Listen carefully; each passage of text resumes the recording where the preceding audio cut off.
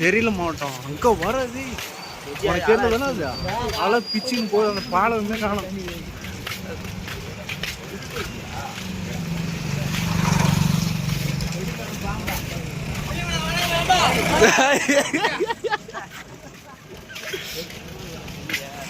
கோயிலே புழித்து வர்றா.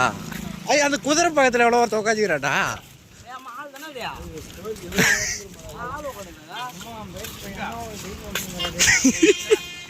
நீல சட்டை போட்டு ஒருத்த உட்காந்துக்கிறான் பாரா. நல்லா இருந்துருக்கா அங்கே போயா காலு பசிக்காரன் இடிக்கிறேன்.